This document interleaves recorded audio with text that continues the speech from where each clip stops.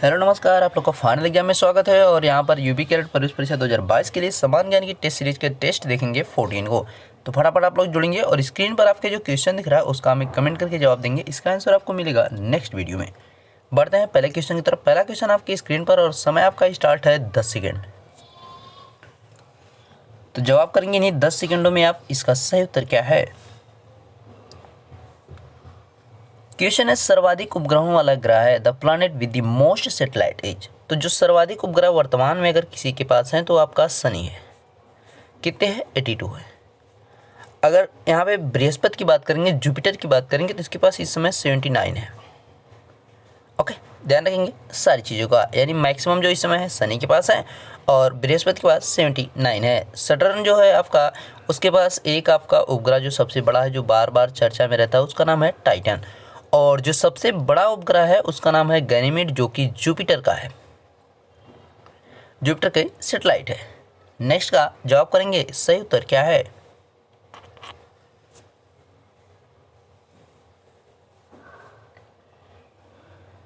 विश्व शिक्षक दिवस कब मनाया जाता है? When is world teacher day celebrated? देखिए 5 अक्टूबर को जो है विश्व शिक्षक दिवस के तौर पर मनाया जाता है।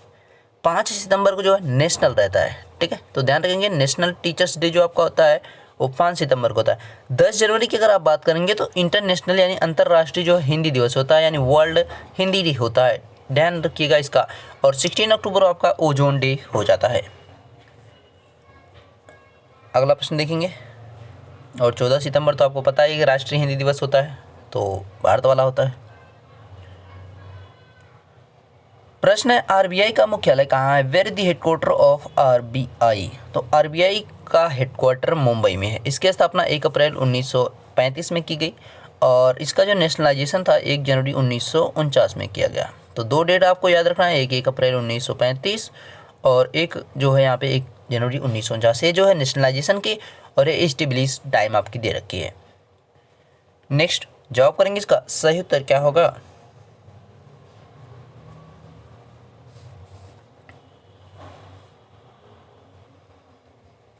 उत्तर प्रदेश में सर्वाधिक विधानसभा सीटों वाला जिला है। Which district had maximum number of assembly seats in Uttar प्रदेश?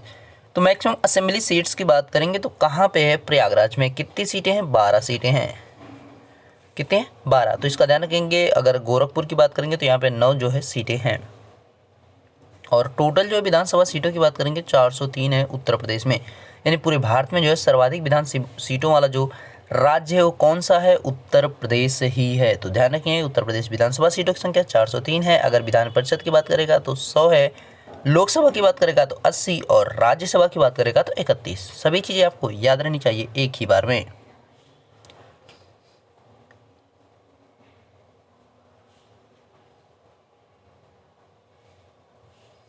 विश्व की सबसे गहरी झील है the world's deepest lake is? तो विश्व की जो सबसे गहरी झील है उसका नाम है बैकॉल लेक। सुपीरियर झील आपकी बात करेंगे तो ये जो आपकी सबसे मीठे पानी की जाने यानी world sweetest lake is the superior lake. ये सिचुएटेड कहाँ पे है? तो अमेरिका में है। बैकॉल लेक की बात करेंगे तो रसिया में पड़ेगी। विक्टोरिया की बात करेंगे तो विक्टोरिया से जो है नील नदी निकलती है।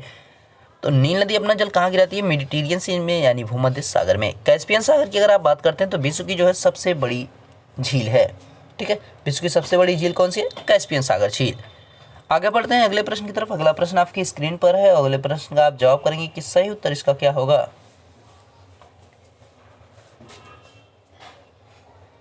प्रश्न है, पीटी उषा किस खेल से संबंधित है? PT Usha is related to which sport? उड़न परी इन्हीं को कहा जाता है। ध्यान रखेंगे उड़न परी भी इनका ही नाम दे सकता है आपका वहाँ पे सब टाइटल के तौर पर। तो पीटी उषा जो है स्प्रिंटर है। ठीक है, धावक हैं आपकी 200, 100, 400 मीटर की जो है ये स्प्रिंटर रही हैं। तो इस चीज़ का आपको ध्यान रखना है। मणिपुर। अगला प्रश्न भी आपकी स्क्रीन पर आ चुका है और आप इसका भी जवाब करेंगे कि इसका सही उत्तर क्या होगा।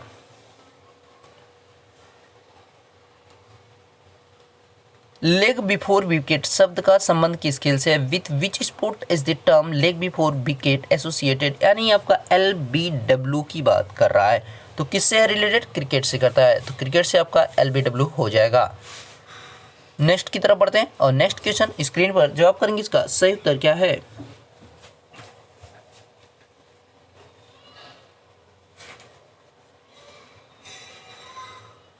क्वेश्चन है, मरणोपरांत भारत रत्न से सम्मानित होने वाले पहले व्यक्ति कौन थे? Who was the first person to be awarded the Bharat Ratna पोस्टथमसली?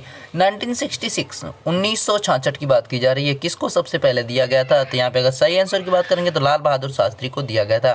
ठीक है, ध्यान रखेंगे, लाल बहादुर शास्त्री को सबसे पहले जो है भारत रत्न दिया गया था मरणोपरांत। कब दिया गया था? 1966 में। अगले प्रश्न को आप जवाब करेंगे कि इसका सही उत्तर क्या होगा।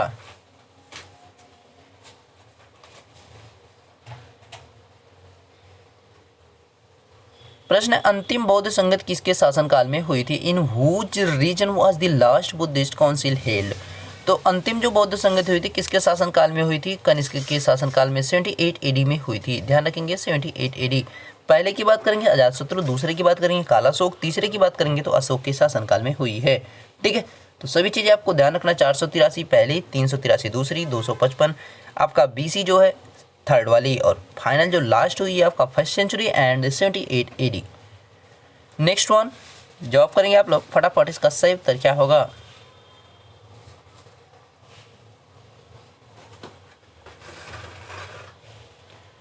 क्वेश्चन है, सर्वाधिक रबर उत्पादक देश है the largest rubber producing country is? तो सबसे ज़्यादा रबर कहाँ पे होता है? थाईलैंड में। अगर भारत की बात करेंगे तो भारत में जो है केरला में होता है। तो ध्यान रखेंगे इन चीज़ों का भी। अगले प्रश्न की तरफ बढ़ते हैं और अगले प्रश्न का आप जवाब करेंगे कि सही उत्तर इसका क्या होगा।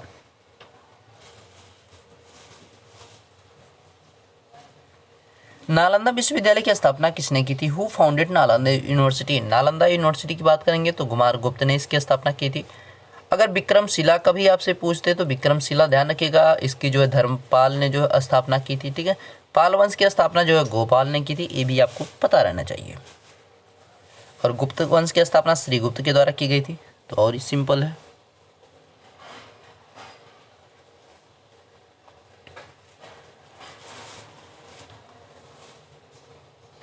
मुश्ताक अली ट्रॉफी किस खेल से संबंधित है? Mushtaq Ali trophy is related to which sport? तो मुश्ताक अली ट्रॉफी जो है T20 क्रिकेट से आपका रिलेट करती है। तो ध्यान रखेंगे। ठीक है, इंडिया में खेली जाती है, नहीं आपका जो है होम लीग के तौर पर इसको जाना जाएगा। अगले प्रश्न को देखेंगे और यहाँ पे जवाब करेंगे। क्वेश्चन है, सबसे छोटा महासागर कौन है? Which the smallest ocean? और मिनिमम डीपेस्ट यानी सब कम गहराई की बात करेंगे तो आर्कटिक ओशियन हो जाएगा। ध्यान रखेंगे आर्कटिक ओशियन। अगर आपसे कभी पूछे कि यस जो लेटर इंग्लिश का होता है उसके शेप जैसा जो है कौन सा महासागर है, तो आपका अटलांटिक ओशियन हो जाएगा। यस शेप इसका आता है। और अंटार्कटिका जो ये महासागर नहीं है तो ये आपका क्या हो गया? महाद्वीप हो जाएगा। तो इन चीज़ों का भी आपको ध्यान रखना है। सबसे जो बड़ा महासागर है वो पैसिफिक ओशियन है। उसमें डीपेस्ट जो प्लेस आपका है मेरियाना ट्रेंच है, जिसकी गहराई जो है 11,022 मीटर है। तो सभी चीज़ें आपको पता रहनी चाहिए। ठीक है, चीज़ों को जोड़ के याद करना है आपको ज़्यादा से ज़्यादा।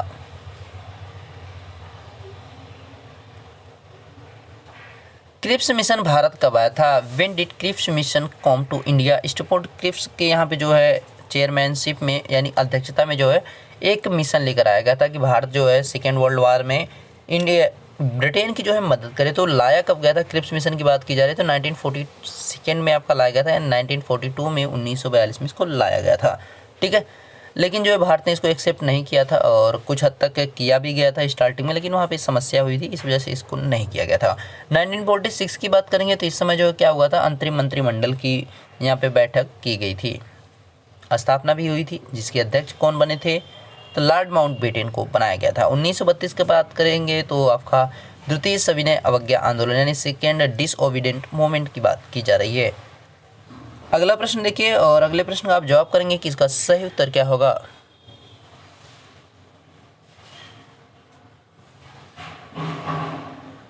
मूल भारतीय संविधान में मौलिक अधिकारों की संख्या थी। The number of fundamental rights in the original Indian constitution was.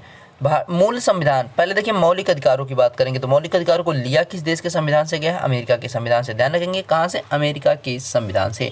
अब आते हैं मूल भारतीय संविधान में। तो मूल भारतीय संविधान में आपके पास जो यहाँ पे मौलिक अधिकार थे कौन थे? 7 थे। तो संपत्ति के अधिकार को हटा दिया गया यहाँ से, अब उसको कानूनी अधिकार बना दिया गया है आर्टिकल 300 का के तहत। 1978 में जो है इसको हटा दिया गया था। ठीक है, तो ध्यान रखेंगे 1978 में जो 42वें संविधान संशोधन के तहत इसको हटा दिया गया था। अब आर्टिकल 300 ए आप लिख सकते हैं यहाँ पे के या तो का लिखेंगे तो इसको जो एक कानूनी अधिकार बना दिया गया है। तो अब जो वर्तमान में कितने आपके हैं, तो वर्तमान में आपके पास 6 जो यहाँ पे फंडामेंटल राइट्स हैं। बाकी जो है फंडामेंटल ड्यूटीज़ की बात करेंगे तो 11 आपका है, जो कि आपका 51 का आर्टिकल में दे रखा है। नेक्स्ट वन की बात करेंगे, नेक्स्ट आप जवाब करेंगे कि इसका सही उत्तर क्या होगा, फटाफट बताएंगे नेक्स्ट का सही उत्तर क्या होगा। नौसेना दिवस कब मनाया जाता है, when is navy day celebrated. तो नेवी डे की बात कर रहा है तो इसको कब मनाया जाता है, 4 दिसंबर को, ध्यान रखेंगे 4 दिसंबर को, ठीक है। अगला आपका यहाँ पे जो है 10 दिसंबर है, इंटरनेशनल जो है आपका ह्यूमन राइट्स डे हो जाएगा। 8 अक्टूबर की बात करेंगे तो यहाँ पे क्या हो जाएगा, एयरफोर्स डे हो जाएगा यानी वायुसेना दिवस। 15 जनवरी की आप बात करेंगे तो वहाँ पे क्या हो जाएगा, आर्मी डे हो जाता है यानी थल सेना दिवस के तौर पर जाना जाता है। बढ़ते हैं अगले प्रश्न की तरफ। अगला प्रश्न आपकी स्क्रीन पर है और अगले प्रश्न का आप जवाब करेंगे कि इसका सही उत्तर क्या होगा।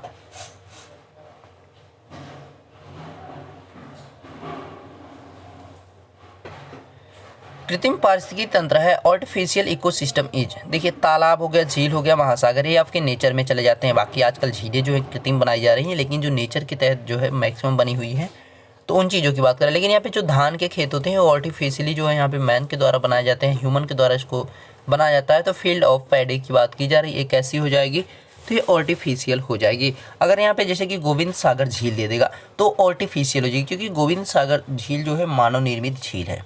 तो इन चीज़ों का आपको खुद ध्यान रखना पड़ेगा, ठीक है। अगले प्रश्न को बताएंगे फटाफट आप लोग कि अगले प्रश्न का सही उत्तर क्या होगा।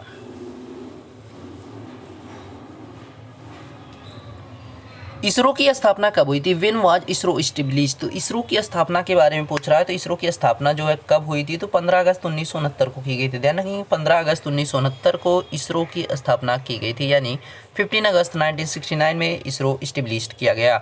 इसका हेडक्वार्टर की अगर बात करेंगे तो इसका हेडक्वार्टर कहाँ पे, बेंगलुरु में। ध्यान रखेंगे कहाँ पे, बेंगलुरु में है, कर्नाटका में। नेक्स्ट की तरफ बढ़ेंगे और नेक्स्ट आपका यहाँ पे क्वेश्चन आ चुका है स्क्रीन पर, आप जवाब करेंगे इसका सही उत्तर क्या है।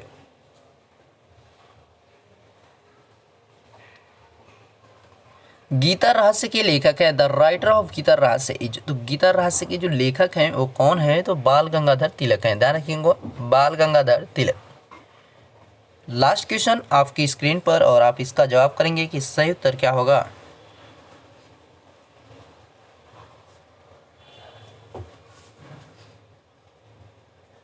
क्वेश्चन है, किसी राज्य में राष्ट्रपति शासन लागू होने के दौरान राष्ट्रपति का प्रतिनिधि कौन होता है। During presidents rule in a state who is the representative of the president. यानी किसी राज्य में जो है राष्ट्रपति शासन लगा हुआ है तो यहाँ पे राष्ट्रपति के प्रतिनिधि के तौर पर कौन काम करता है, क्योंकि राष्ट्रपति तो आ नहीं पाएगा हर राज्य में या हर बार वो पहुँच ही सके। तो वहाँ पे एक राष्ट्रपति के प्रतिनिधि के तौर पर काम करता होता कौन है, तो राज्यपाल होता है। संबंधित राज्य का जो राज्यपाल होगा वही वहाँ पर उसका प्रतिनिधित्व होता है।